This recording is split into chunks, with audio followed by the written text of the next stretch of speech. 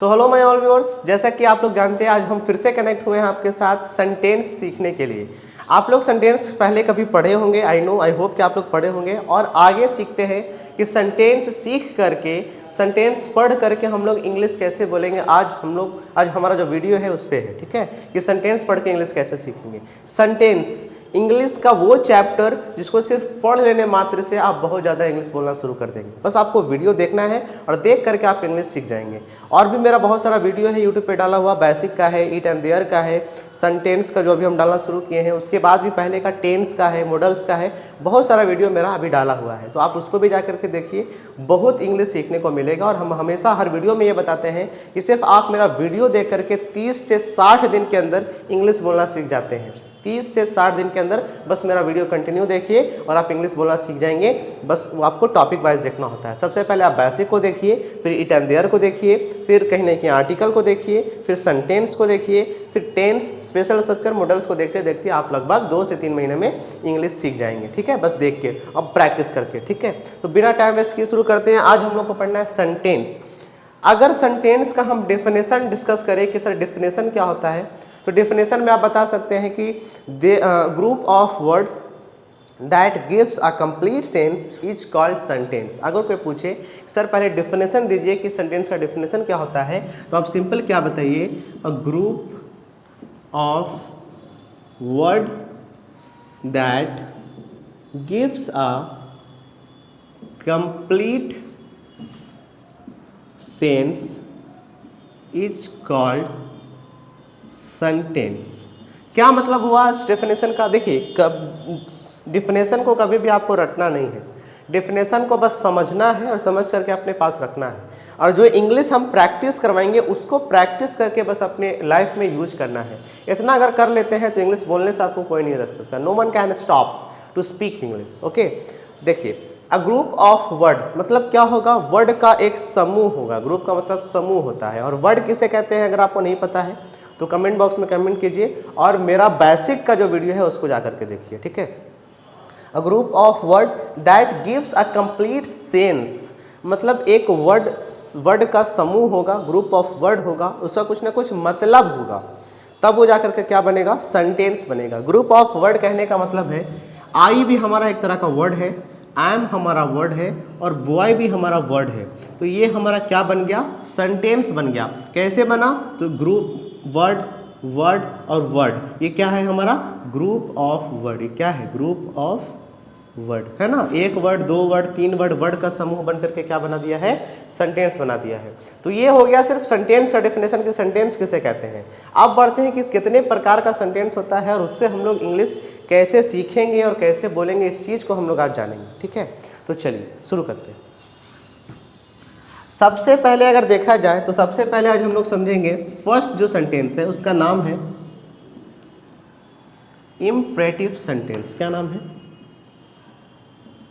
Imperative sentence नाम है। ठीक है, हम कोशिश करेंगे वीडियो ज़्यादा लंबा ना बनाएं, क्योंकि वीडियो ज़्यादा लंबा बनने से आप लोग फिर कहीं ना कहीं उब जाते हैं, है ना। तो हम शॉर्ट सा वीडियो बनाएंगे और आपको उसमें ऐड कर देंगे। ठीक है, तो इम्परेटिव सेंटेंस समझते हैं। इम्परेटिव सेंटेंस क्या होता है, इससे इंग्लिश कैसे बोलेंगे, इसके बारे में हम लोग समझते हैं। और आई होप और हम गारंटी देते हैं कि जब ये सेंटेंस आप लोग पढ़ लीजिएगा तो छोटा छोटा बात आप बोलना इंग्लिश में सीख जाएंगे। बहुत छोटा छोटा बात जो कि बहुत कॉमन बात होता है। जैसे कि एग्जांपल, बाहर जाओ, अंदर आओ, बैठ जाओ, खड़ा हो जाओ, लिखो, मत लिखो, हमेशा लिखो, कभी मत लिखो, मोबाइल का कैमरा ऑन करो, कैमरा बंद करो, गेट खोलो, गेट बंद करो। इस तरीके का सेंटेंस आप इंग्लिश में बोलना सीख जाएंगे।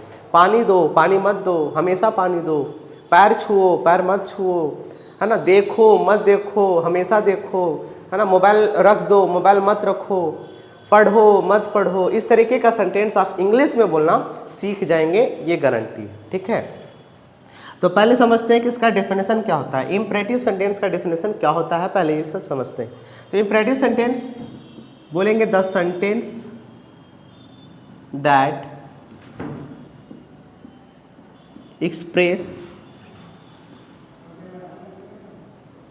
command, order, request, advice, suggestion, etc. is called is called imperative sentence, is called imperative sentence. ये हो गया डेफिनेशन। पहले समझते हैं डेफिनेशन क्या कह रहा है, उसके बाद हम आपको 4 मूल मंत्र देंगे जिसके कारण आप सब कुछ बोल सकते हैं इंग्लिश में, ठीक है। तो पहले इसको समझते हैं। Imperative sentence, the sentence that express, मतलब वैसा सेंटेंस जो क्या होगा, जो बताएगा। एक्सप्रेस का मतलब होता है बताना।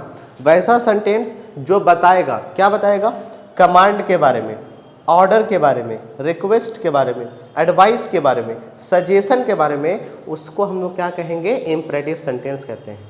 चलिए समझते हैं कि क्या क्या होता है। एक होता है कमांड और एक होता है order. What the difference between command and order, तो समझते हैं बहुत आसान भाषा में। अगर आपको पता है तो आप कमेंट बॉक्स में कमेंट भी करेंगे कि सर कमांड इसको कहते हैं और ऑर्डर इसे कहते हैं, ठीक है। लेकिन हम आपको समझाते हैं। कमांड, जब कोई एक पर्सन एक बार में बहुत लोगों को कुछ बोलता है तो वो कमांड होता है। और जब कोई एक पर्सन एक टाइम पे किसी एक पर्सन से बात करता है या कुछ बोलता है तो वो ऑर्डर होता है। कैसे समझते हैं। जब हम क्लास में आए और क्लास में आकर के बोले कि अपना अपना कॉपी खोलिए, तो ये हम ऑर्डर नहीं दिए, ये हम क्या दिए, कमांड दिए। सबको क्या दिए, कमांड। लेकिन हम आएंगे क्लास में और बोलेंगे सिर्फ एक पर्सन को कि अपना कॉपी खोलो, तो ये क्या हो जाएगा, ये हो जाएगा ऑर्डर।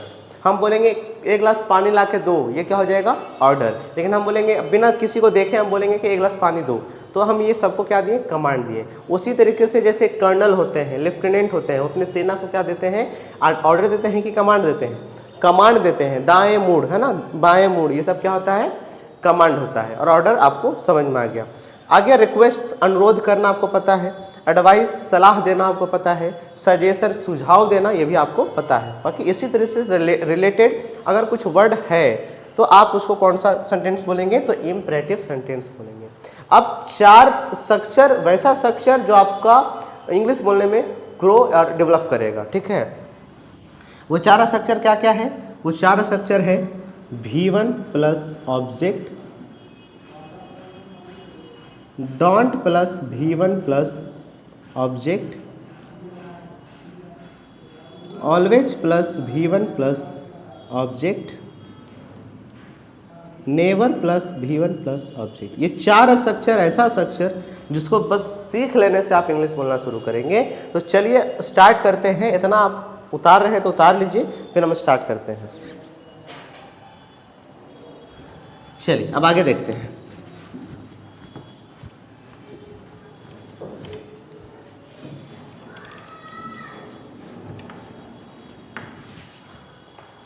चलिए अब देखते हैं आगे। जब ये स्ट्रक्चर बताएं, V1 प्लस ऑब्जेक्ट बताएं, don't plus V1 plus object बताएं,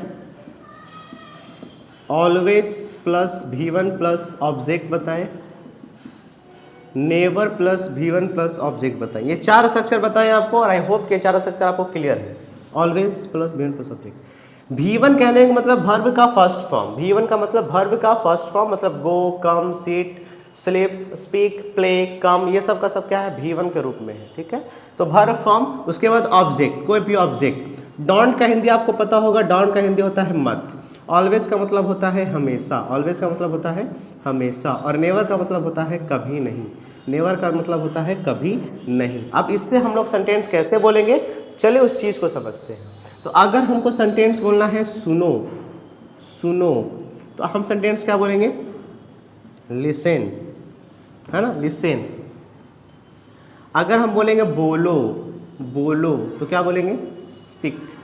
लेकिन अब हम सेंटेंस क्या बोलेंगे, इंग्लिश बोलो, इंग्लिश बोलो, इंग्लिश बोलो। तो अब हम सेंटेंस क्या बोलेंगे, इंग्लिश बोलो। अब देखिए यहाँ मैच कीजिए, इंग्लिश बोलो, इंग्लिश बोलो, है ना। तो बोलो इज अ वर्ब, बोलना काम है या बोलना ऑब्जेक्ट है, वो आप बताइए। बोलना काम है कि बोलना ऑब्जेक्ट है। समझ में आता है कि बोलना काम है। बोलना, पढ़ना, लिखना, सोचना, समझना, ये सब क्या है, काम है। तो पहले क्या बोला, पहले बोला कि पहले वर्ब चाहिए, पहले वर्ब चाहिए, उसके बाद ऑब्जेक्ट चाहिए। तो बोलना वर्ब है कि इंग्लिश वर्ब है। हम अभी बता रहे थे कि बोलो इंग्लिश, बोलो इंग्लिश, यहाँ लिखा हुआ है इंग्लिश बोलो, राइट। तो आपको करना है पहले वर्ब, तो इसको यहाँ लाएंगे और इंग्लिश को आप यहाँ लाएंगे। तो बोलना का होता है स्पीक, तो यहाँ लिखेंगे स्पीक, और इंग्लिश को यहाँ लिख देंगे इंग्लिश। तो क्या हो जाएगा, स्पीक इंग्लिश। इंग्लिश बोलो का हिंदी इंग्लिश क्या होगा, स्पीक इंग्लिश। अगर बोलेंगे सेंटेंस, अगर सेंटेंस बोलेंगे पत्र लिखो, क्या बोलेंगे? पत्र लिखो, तो लिखना का होता है राइट और पत्र का होता है लेटर, तो क्या हो जाएगा? Write letter, write letter. एक बार में एक लेटर लिखेंगे, that's why write a letter कुछ लोग कहते हैं, ठीक है। बोलेंगे मोबाइल चलाओ, तो चलाना का इंग्लिश होता है यूज़ और मोबाइल का मोबाइल, तो यूज़ मोबाइल। बोलेंगे पानी पियो, पीना का इंग्लिश होता है ड्रिंक और पानी का होता है वाटर, ड्रिंक वाटर। मतलब कि अगर आपसे अगर सेंटेंस इससे नहीं बनता है तो प्रॉब्लम क्या है? तो प्रॉब्लम ये है कि आपके पास वर्ड मीनिंग नहीं है, आपके पास वर्ड मीनिंग नहीं है। तो आप क्या कीजिएगा, कुछ कुछ 10-15 वर्ड मीनिंग ऐसा जो कॉमन बातचीत होता है उसको याद कर लीजिएगा, जैसे खेलना, उठना, बैठना, पढ़ना, लिखना, सोना, बात करना, बोलना, कॉल करना, ये सब थोड़ा आप वर्ड मीनिंग आप याद कर लीजिएगा, देन आप इससे सेंटेंस बना सकते हैं, ठीक है। बोलेंगे दरवाज़ा खोलो, तो क्या बनेगा? Open the door. दरवाज़ा मत खोलो, डोंट ओपन द डोर। दरवाज़ा हमेशा खोलो, ऑलवेज ओपन द डोर। दरवाज़ा कभी मत खोलो, नेवर ओपन द डोर। देखिए यही चारों स्ट्रक्चर से अभी हम पूरा सेंटेंस बोले हैं। चलिए एक बार हम आपको बना के दिखाते हैं कि कैसे बनता है, ठीक है। एक बार हम आपको बना के दिखाते हैं। जैसे कि अब हम सेंटेंस क्या बोलेंगे, जैसे कि सेंटेंस बोलेंगे दरवाज़ा खोलो, क्या बोलेंगे? दरवाज़ा खोलो, तो खोलना का ओपन होता है और दरवाज़ा का डोर होता है, तो ओपन डोर। अब बोलेंगे दरवाज़ा मत खोलो, दरवाज़ा मत खोलो, तो मत का इंग्लिश हम आपको सिखाया है डोंट, मत का क्या सिखाया है? डोंट। तो दरवाज़ा मत खोलो, तो बस आगे लिखेंगे डोंट और बाकी ये लिख देंगे ओपन डोर, ठीक है। कोई एक्स्ट्रा चीज़ नहीं जोड़े हैं। डोंट और V1 प्लस ऑब्जेक्ट था तो V1 प्लस ऑब्जेक्ट यहाँ है, सेम टू सेम यहाँ है, वही वाला सेंटेंस यहाँ लिख देंगे, बाकी डोंट आगे लगा देंगे। तो दरवाज़ा मत खोलो, डोंट ओपन डोर। अब क्या होगा कि हमेशा दरवाज़ा खोलो, तो क्या बनेगा?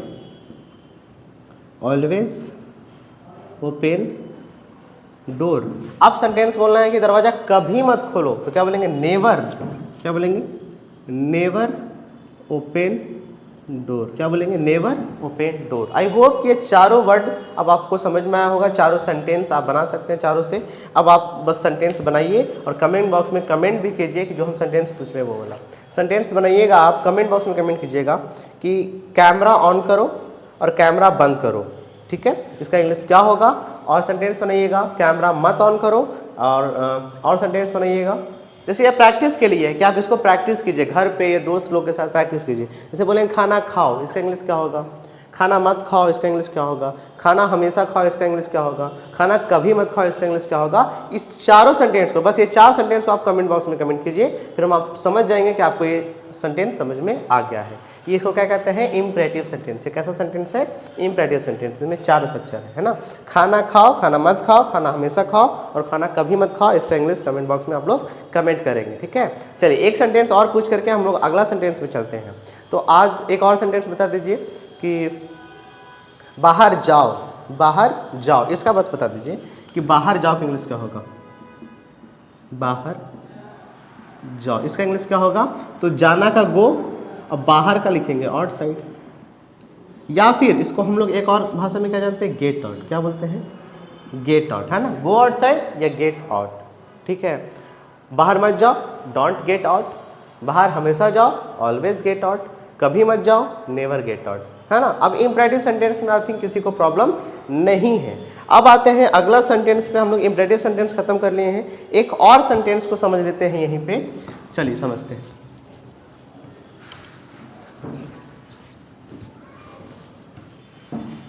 एक और सेंटेंस, दूसरा नंबर सेंटेंस क्या है? Assertive sentence. क्या नाम है इसका? Assertive sentence. क्या होता है असर्टिव सेंटेंस? तो देखते हैं। The sentence that express about statement is called assertive sentence. It's called assertive sentence. मतलब अगर असर्टिव सेंटेंस के बारे में आपसे कोई पूछे तो आप सिंपल बताइए देयर इज अ स्टेटमेंट। जिस सेंटेंस में स्टेटमेंट का बात किया जाए वैसे सेंटेंस को हम लोग असर्टिव सेंटेंस कहते हैं। बस, उससे ज़्यादा कुछ नहीं, ठीक है। तो असर्टिव सेंटेंस, हमने टाइप्स ऑफ असर्टिव सेंटेंस पूछा जाएगा। स्टेटमेंट कहने का मतलब है कि किसी सेंटेंस को कैसे कैसे हम लोग बोल सकते हैं। तो there are 4 types of assertive sentence, positive, negative, interrogative और इंट्रोगेटिव नेगेटिव, है ना। ये हम लोग जब टेंस पढ़ेंगे या उसमें हम लोग सीखेंगे अच्छे से कि इसका कहाँ यूज होता है। अभी बस जान लीजिए कि असर्टिव सेंटेंस स्टेटमेंट को कहते हैं और स्टेटमेंट 4 तरीके का होता है, पॉजिटिव, नेगेटिव, इंट्रोगेटिव और इंट्रोगेटिव नेगेटिव, ठीक है। चलिए तो लिखते हैं, एक होता है पॉजिटिव, एक होता है नेगेटिव, एक होता है इंट्रोगेटिव। इंट्रोगेटिव को हम लोग बहुत डिटेल से पढ़ेंगे, है ना, इंट्रोगेटिव को बहुत डिटेल से पढ़ेंगे। और एक होता है इंटरोगेटिव नेगेटिव, ठीक है। चलिए एक एक सेंटेंस देख लेते हैं सबका। जैसे पॉजिटिव कहने का मतलब है कि उसमें कोई नहीं नहीं वाला बात नहीं होगा, नॉट नहीं लगेगा, एकदम सिंपल। मैं लड़का हूँ, I am boy, simple. I am boy, मैं डॉक्टर हूँ, आई एम डॉक्टर, ये पॉजिटिव सेंटेंस है। सेंटेंस बोलेंगे कि मैं जा रहा हूँ, आई एम गोइंग, ये पॉजिटिव सेंटेंस है। लेकिन जैसे ही आएगा नेगेटिव, तो नेगेटिव का समझ लीजिए मतलब नॉट होता है। अभी हम आपको सेंटेंस बनाना इसलिए सिखा रहे हैं कि जैसे ही टेंस पढ़ेंगे और टेंस में सेंटेंस बोलना होगा तो यही रूल फॉलो होगा, पॉजिटिव, नेगेटिव, इंट्रोगेटिव और इंट्रोगेटिव नेगेटिव, फिर वहीं से आपको सेंटेंस बोलना होता है, ठीक है। तो नेगेटिव कैसे बनाएंगे, I am not boy. Interrogative कैसे बनाएंगे, एम आई बॉय। और इंट्रोगेटिव का मतलब होता है क्वेश्चन पूछना, इसलिए क्वेश्चन मार्क आप लगाएंगे। और इंट्रोगेटिव नेगेटिव, तो एम आई नॉट बॉय, ठीक है। इस तरीके का आप चारों सेंटेंस बनाएंगे। जैसे एक सेंटेंस हम आपसे पूछते हैं, मैं डॉक्टर हूँ, तो इसको क्या बोलेंगे, आई एम डॉक्टर। मैं डॉक्टर नहीं हूँ, आई एम नॉट डॉक्टर। क्या मैं डॉक्टर हूँ, एम आई डॉक्टर। और क्या मैं डॉक्टर नहीं हूँ, एम आई नॉट डॉक्टर। एक पॉजिटिव, एक नेगेटिव, एक इंट्रोगेटिव और एक इंट्रोगेटिव नेगेटिव बन गया। एक और बनाइए, मैं जा रहा हूँ, तो क्या बोलेंगे, आई एम गोइंग। मैं नहीं जा रहा हूँ, आई एम नॉट गोइंग। क्या मैं जा रहा हूँ, एम आई गोइंग। और क्या मैं नहीं जा रहा हूँ, एम आई नॉट गोइंग, है ना। ये चारों चीज़ समझ में आया, इसे को क्या कहते हैं, असर्टिव सेंटेंस कहते हैं, राइट। अब आप लोग कमेंट बॉक्स में एक और कमेंट कीजिएगा कि मैं खेल रहा हूँ, इसका इंग्लिश क्या होगा, पॉजिटिव, नेगेटिव, इंट्रोगेटिव और इंट्रोगेटिव नेगेटिव।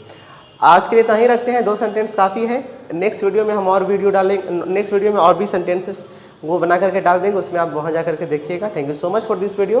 एंड सीखे हैं कुछ भी सीखे हैं तो वीडियो को लाइक ज़रूर कीजिएगा, सब्सक्राइब नहीं किए तो सब्सक्राइब कर दीजिए और अपने दोस्तों के पास भी भेजिए कि उन लोग भी इंग्लिश सीख सकें, ठीक है। Thank you so much, bye.